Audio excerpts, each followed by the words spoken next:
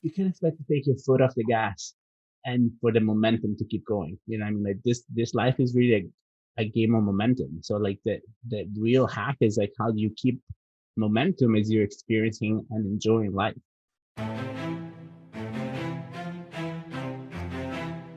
What's up, everybody? My name's Mike Sjogren, here with my co-host, Emanuele Pani. We're part of a group of specialized real estate investors you've probably never heard of. We didn't start with deep pockets or wealthy families, and we don't rely on 401ks, mutual funds, or traditional real estate investing. In fact, many of us don't even own the properties that fund our freedom. If you ask the money experts out there, they'd say what we do is impossible, yet it's happening every single day. It's happening through a new niche called short-term rentals. We are Short-Term Rental Nation, and these are our secrets. What's going on, everybody? Welcome back to another episode of the Short-Term Rental Secrets podcast. I'm your host, Mike Sjogren, here with my main man and brother from another mother, Mr. Emanuele Pani. E, what is up, dude? My brother, has been a minute. I am all the way in Mallorca, Spain right now. So if you are one of our listeners that watches the show on YouTube, you'll see my background is a little bit different. I'm actually sitting right next to the pool. Yeah, bro, it's been, feels good to be back in Europe, back in the European rhythm of things, you know, which is late night dinners and kind of like late mornings. And it's funny is that here. The custom? Like everything's just later? Like they go to dinner way later and they get up later? Everything is later. Like the very first night we got here, me and Tasha went to dinner at like 8:30 and the restaurant was just empty. But then you looked around and all the kitchen stuff was super busy prepping, and like they were laying out like all the cutlery, you know, when the restaurant gets ready, there's like all the cutlery lined out. And I'm like, gosh, I guarantee you that it's about to be like rush hour. And then around like 9:15, 9:30, the first older couple walks in and we're just like, oh fuck, we're like really early. Like we're coming to dinner really early. And then like little by little, literally by like 9:15, 9:30, the restaurant started picking up. And like by like 10 o'clock when we finished, the restaurant was getting super busy. So it's just a whole different kind of rhythm of life. All restaurants are open until like 12:30, 1 o'clock. So it's very different. But I enjoy it. You know, it's what time does like the workday start over there? Does it start later? I don't know what time they start like regular people work, but I know, for example, everything is closed around lunchtime. So everybody does the like typical siesta. So like that 1 to 2, 3 p.m. hour, that's everything is closed. So there's literally nothing to do. It's very different, you know, and it's very different, but it's also worked out great for us because I get to work the morning hours and do my own things. And then by the time the team wakes up and starts working, it's actually 3 p.m. here. So I work with them from like 3 to like 12. And then we just kind of go to bed. So it's actually been ideal because the morning hours are very chill and super quiet, and I get to like not have to answer phone calls and not have to look at text messages, and so it's very zen, you know. I love that. I love that. So we've had like a 2-week sabbatical. So between you flying over to Europe, me getting this 20-unit hotel launched, got our first guest checking in tomorrow, which I'm pumped, and then we got 2 more short-term rentals going live this week. So it's just been a crazy couple of weeks. So sorry guys, we've been MIA and different schedules, blah, blah, blah.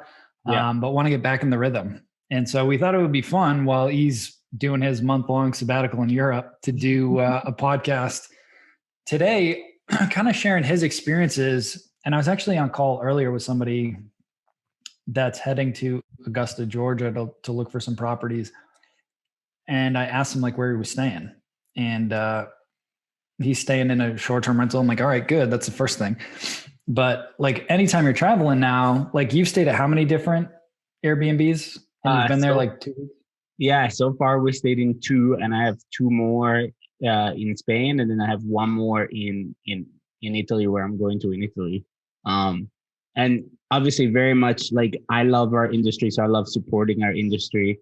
And it's just been so fascinating for me to first of all, seeing just the level of what's acceptable, right, across the board.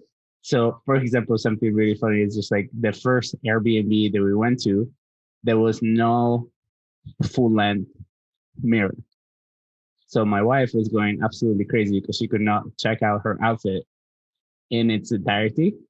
And I'm like, that's such a dumb thing, right? But it's a problem. Like, it's something that people are like, ugh, it kind of takes away from the experience, right?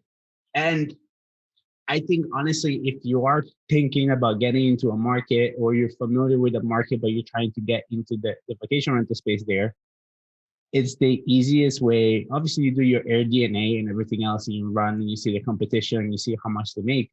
But actually going and experiencing other people's properties can really show you the little things that people do that kind of make a difference, right?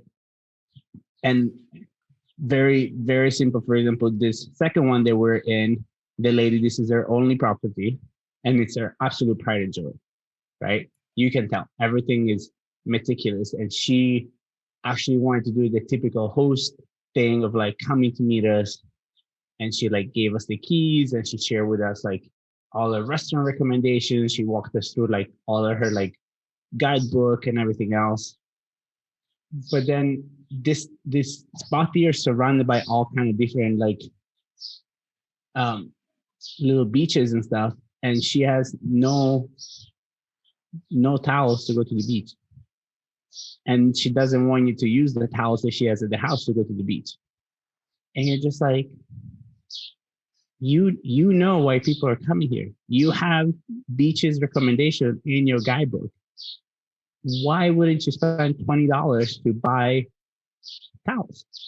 Like, why do I have to go hike somewhere and find a towel and then add weight to my suitcase, where you can just have them here the same way you have the towels for everything else?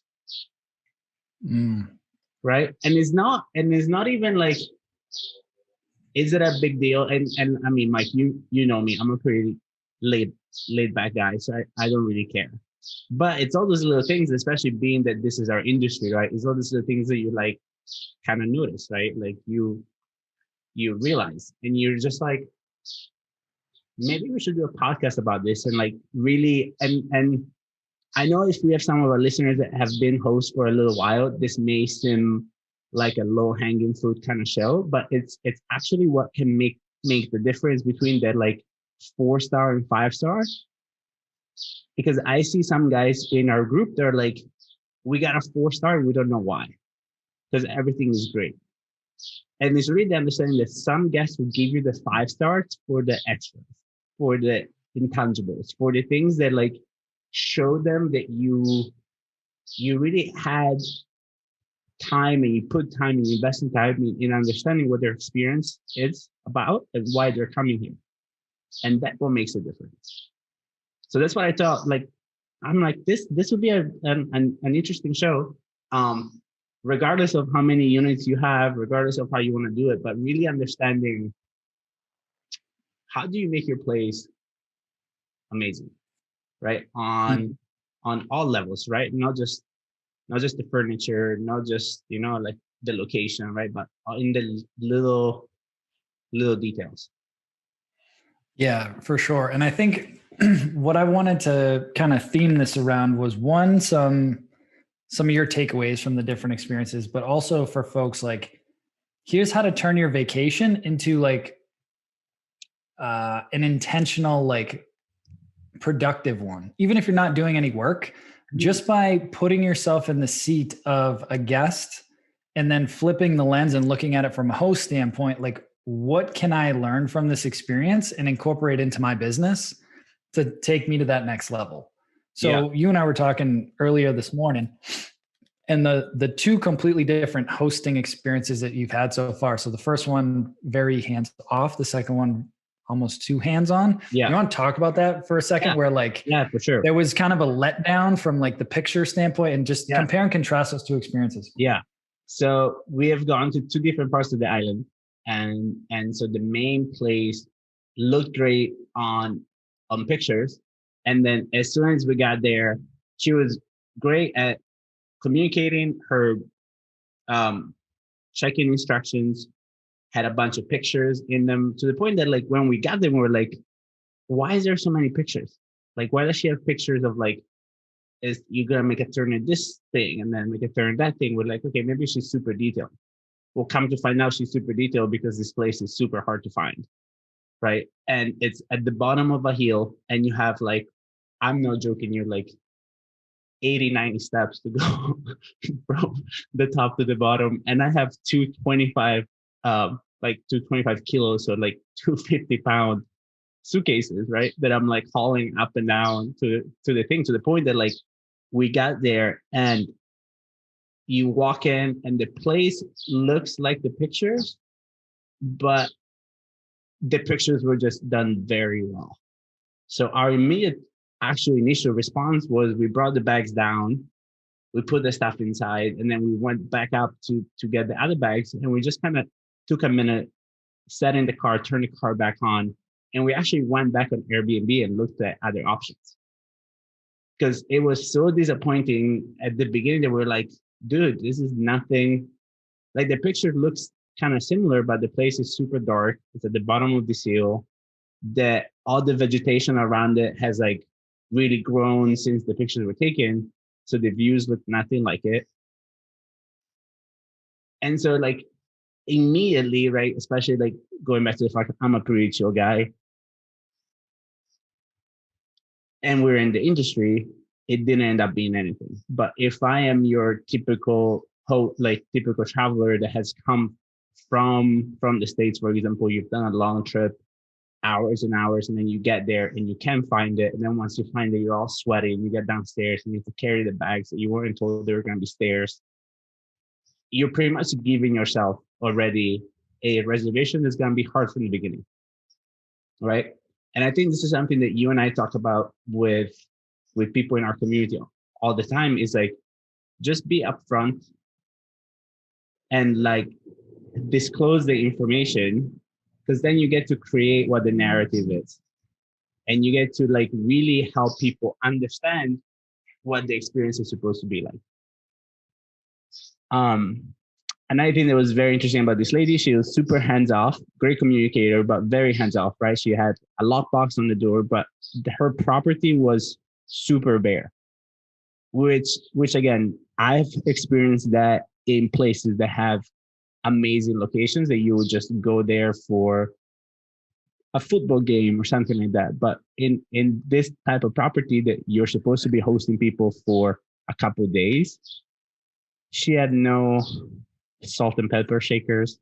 So the salt and pepper that she provided were the ones that you will find inside of a egg and cheese box that you find at your local coffee shop, or like that you like in like the little prepackaged like mini salts that you get at like McDonald's or something. Yeah, exactly. So she had a bunch of those on the counter and a bunch of the ketchup and mayo things from like they look like fast food. So it was just like it's just lazy, right? It's those little details, that just put a bad taste in your mouth. So if we're going to recap just some lessons learned from the first one. One, make sure that the pictures look good, but are not misleading, right? Mm-hmm. So if you've got a lot of stairs, like we've got some properties up in New Hampshire that there's a lot of steps. Like I put in the listing, I put in the photos, check-in instructions, like there's a lot of steps. There's probably, I forgot, I counted it one day. It was like 54 steps to go from like the parking lot, which is up top, down to the condo. Mm-hmm. So setting the right expectations.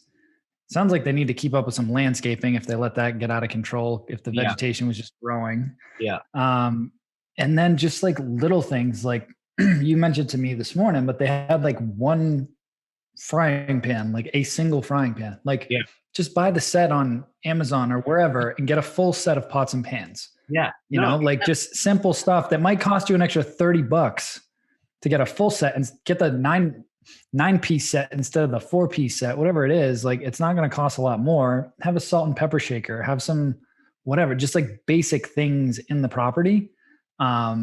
Because to your point, when you show up, Then you have all these steps. You're just kind of like, oh, this is annoying. And then you get in there and you're like, this doesn't even look like the pictures. Like, to your point, you're setting yourself up for just a bad experience for somebody, Correct. just a big letdown. You want it to be the opposite. You want to under promise. And then when they get there, they're like, oh my God, I didn't even know that this had this. Yeah, exactly. Then moving back to my second experience, complete opposite, right? As I mentioned, the lady, this is her one and only Airbnb.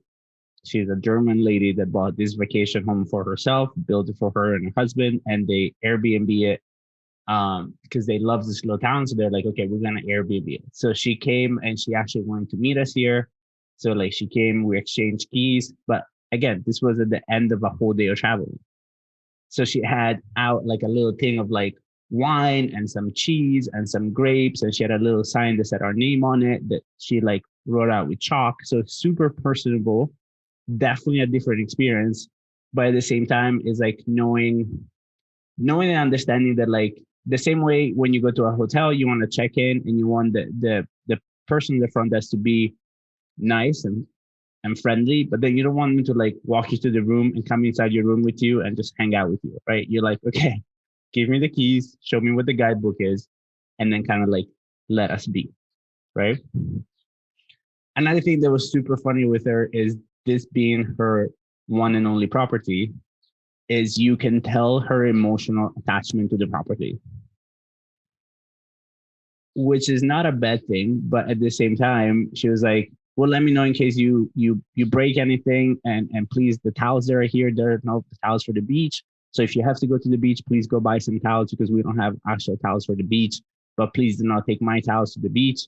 So it's very much like you don't want your guests to feel like they're walking on eggshells, and people need to be comfortable living their life. Obviously, like you want to hope that your guests are responsible and considerate, but that should be something that they want to do. You shouldn't be kind of giving them that feeling that you're like, please don't break my stuff. Because at the same time, it's an investment. Don't put super expensive stuff in here. Buy plates and pots and pans from IKEA, right? Like don't, if it's something that you have in the property that you feel upset, if it's ruined, then it shouldn't be in the property. Exactly. Depersonalize it. Take any of your prized possessions and lock them in an owner's closet or take them out of the property completely. Yeah. But don't, to your point, don't make them feel like they got to walk on eggshells. You know, you can be a little more upfront, I would say, if you have a larger property and you've got like a guy's weekend or ladies weekend getaway, like, listen, don't break my shit kind of deal. Yeah. And kind of lay down the law a little more firm. But when it's you and Tasha checking in, it's like, relax. Like, we're not throwing a banger in the house. Like, yeah. And she was like, oh, by the way, I know you guys are gonna be great because I saw from your profile that you're also hosts. And then I saw you have a podcast and I saw you have the thing, which was kind of like, okay, that's a little bit creepy one that that you're telling me that you know everything about us.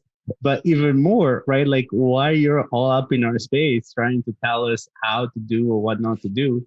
But again, in case you listen to the show, amazing lady. Her Airbnb is absolutely fabulous.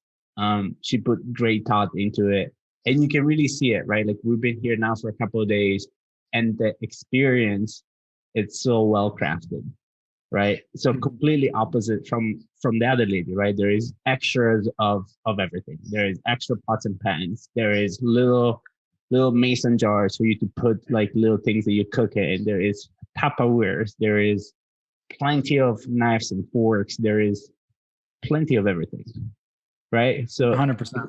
It's a completely opposite kind of experience, but it's exactly what you're looking for when you're on vacation.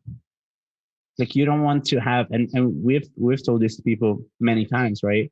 If you have a 4-bedroom house, don't put 4 plates.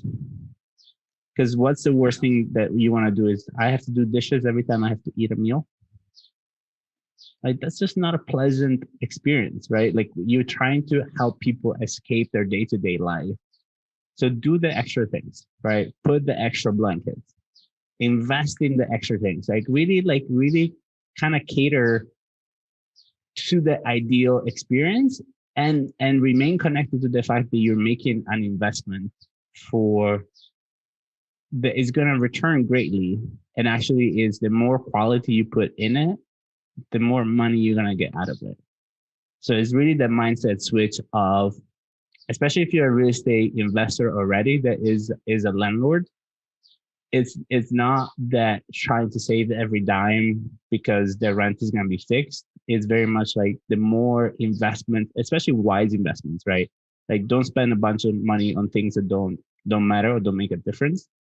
But the stuff that makes a difference, the actual yield that you'll have in reservations, reviews, and just people's overall happiness, it's worth it. 100%. So if you were going to step back right now and write the reviews for those two, right? We both had, or you had constructive criticism, we'll call it, for both. Yes. Both of them were good. Like you were fine staying there. Like it wasn't enough to like make you leave. My interpretation is that first one, it puts more of a sour taste in your mouth because it felt like a letdown when you got there. Where the second one, it was like the host was great, but it's almost too much. You're like, I've been traveling all day. You're really a sweet person. I just want to lay down. I'm freaking tired. Yeah.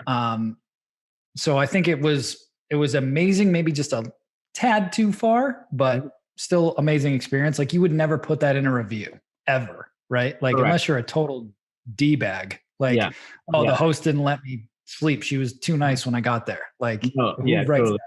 Yeah, we would never say that. But on the other one, we did say, hey, host was great communicating. Check-in instructions were a little bit difficult. A lot of stairs, and the property does appear smaller and darker than it is in pictures, and it's a little bit bare. But again, great location. And I'm telling you, kind of like verbatim what we wrote, right? Like great location. We would recommend just be wary. And then all of the personal feedback that we sent her was just kind of that. We were like, hey, it was misleading and it's really bare. Like it's a very bare property. You know what I mean? Like the one. When you say bare, do you mean like there's no like decor in it, or they didn't have enough like pillows? Like define bare a little bit more, just for context. Just super like kind of like the basics of things. So there was decoration, but even like on the pillows, there was no extra pillows. On the bed, there was one pillow each. There was no extra blankets. There was no mirror. Like there was not a full length mirror, which I've come to understand now that it's a big deal, right? And I remember when I first got started in doing this, a lot of our units did not have them, and people were like, "We need a full length mirror," and I was like, "Why do you need a full length mirror?" And now I'm like, "Oh yeah, we do need a full length mirror, right?" So it's just like it's the things that like you maybe don't think about until you spend time in your own property. And like, again, I know this is not rocket science, but it's literally the best advice that I have. It's one, spend time in your own property, and then two, get an idea of what's around you, right? These two Airbnbs are about like an hour away from each other. But an hour away, it's your competition, right? An hour away on an island that is 2 hours by 2.5 hours each way. An hour away, it's your competition, right? I can go from here, like when I look at like Airbnbs in Mallorca, the entire island shows up. So anybody here, it's your competition. So how are you actually comparing to what's around you? I love that. Well, hopefully that was helpful for people. So again, when you're traveling now, stay at a short-term rental, analyze it, from a host perspective and from a guest perspective, and then give them that feedback. Don't be a jerk about it, but just be like, hey, thanks, had a good stay if you did, but here's some things that I noticed that I think would really help make this listing better, blah, blah, blah. Yeah. I want to pivot real quick before we wrap it up, because I think this would also be good for the listeners. So you've been in Spain for at least a week. Has it been 2 weeks? Yeah, like a week and a half. So how has that experience been for you now, where you've got the 40 something units back in Florida and you're on the other side of the world? How has that experience been for you? Yeah. So, I mean, I've had the villas now for 10 years. And every year that I'm able to come and take time away, first of all, I take more and more time, right? Because I have more checks and balances and people in place. The main advantage of this year that makes an absolute difference to how my life has been, it was hiring Joyce. And for those of you that have been listening to the show, Joyce is my assistant that we hired a couple months ago, kind of gearing up for this trip, right? Like we knew this trip was coming. And the fact that she clocks in at 9, which again is about 3 p.m. here, and she works until 12, that means that during the time that I get phone calls, because the way that I have set up my system is our phone rings and it rings on my phone and it rings on her phone. So I see, but literally the phone rings for 2 seconds and then Joyce picks it up. And then if there is anything needed, she knows who to contact. And if she needs anything from me, she knows where to find me. But it allows me to go to the beach and keep my phone in Tasha's bag and go in the water and not have that feeling of, what if something's happening? Right? It allows me to get on an airplane and be able to like take off, you know what I mean? That 9-10 hours that a flight to Europe is, without worrying about what's happening, right? What's going on. Mm-hmm. And the only way that can happen is if you, from the beginning, create this business as a business. Because that's the only thing, right? Like, no matter how much my biggest growth in this past 12 to 18 months has really been the mindset switch of working on the business instead of in it. And that couldn't have executed any better than just how this past kind of 2 weeks have been. Yeah, no, I love it. And I want to just touch on that before we wrapped it up, because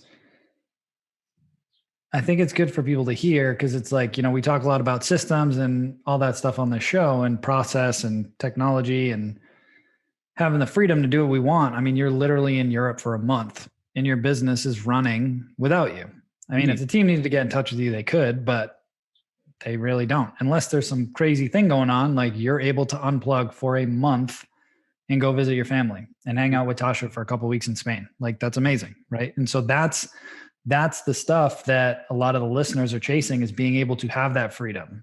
I do a lot of calls. A lot of people apply for our mastermind coaching program. It is an application process. So when I get on the phone with them, almost everybody says, I want to be financially free. And then I say, well, what do you want to do when you're financially free? One of the biggest things I hear is, I want to be able to travel. I want to be able to go here. I want to be able to go there. And I'm like, awesome. Like, case in point, you're gone for a month. You know what I mean? Like, I'm not a huge traveler. I'm more of a golfer, but either way, like, you have the freedom to do what you want. And the beauty with this business is, even if you had to plug back in, you could literally do it with your phone. Like, you literally do everything on your phone. I check on things all the time, right? Like, I check our accounts and I check our occupancy, and Joyce still sends me all of our KPIs every Friday. And the thing is this, right? Like, this for me is a dress reversal to spending more and more time. And what I'm creating is very much the life that I don't need a vacation from. Like, this for me is not like, it is a vacation, but it's not a vacation. Meaning, like, to me, this is a dress reversal to what does life look like 6 months in the States, 6 months in Europe, right? Like, can I remain in my habits? Can I stay healthy? Can I eat healthy? Can I still track my food? Can I still go to the gym every day? Can I still meditate, read, journal? Like, can I still be because the thing is this, right? Like, the fact that I go on vacation, I'm still ambitious. I still have goals. I still have a business that I'm building. I still have a life that I'm building, right? So if you need your vacation to recharge, I question what life you're leading. right? Because I'm not here to escape home, or I'm not here to think. I'm here to just experience life and enjoy my life. But I don't need a break from work. I love my work. I love what I do for a living, right? Like I don't need a vacation. I'm just living life. I just kind of changed zip code. Yeah, change the scenery. Yeah. I just went to a different zip code, right? But like my life doesn't change. I still work. I still answer things, right? I have real estate closings going on. I have a property that closed yesterday. I have one closing next week, right? Like the show runs. Because if you need a break from life, that's not, you need to kind of design a better life. There's a lot of talk about like work-life balance. I think it's a big lie. So for me, it's like an integration. Like, how do I want to design my life? So like, I really don't have like a fixed schedule. Like some Saturdays I'll get some work done. Some Sundays I'll get some work done. Some Wednesdays I'll randomly take off and go golfing. Like I don't have a, like, there is no Friday for me anymore. Like every day's a Friday if I want it to be. So, but it's like, I have this integration of like, okay, like I'll hang out with my son for a couple hours, then I'll go record a couple podcasts with E, then I'll check in with my team over here. And I have put structure around that going forward. But what I'm saying is I have the freedom to design it any way I want. So it's not like, oh, I have to be off at 5. I have certain pockets of time that I protect, like, 5:30 to 7:30. I protect that time because that's like dinner time for us. That's bedtime for Kaden. It's like family time. So like I protect that time every day. But like other than that, it's pretty free flowing where it's like I'm not 9 to 5. I might do some work in the morning, then I'll play with Kaden, hang out with my wife, then I'll come back, work, do a few hours. Maybe I'll work at 7 or 8 o'clock at night, like whatever it is. Like it's just this integration. But I like what I do. Like I love what I do. Like Same. it's That's awesome. What I mean. Yeah. We don't mind. And to me, what I've realized, and it's something that like I really take really personal now, is when somebody is like, you have to do this. Sorry, I have to do what?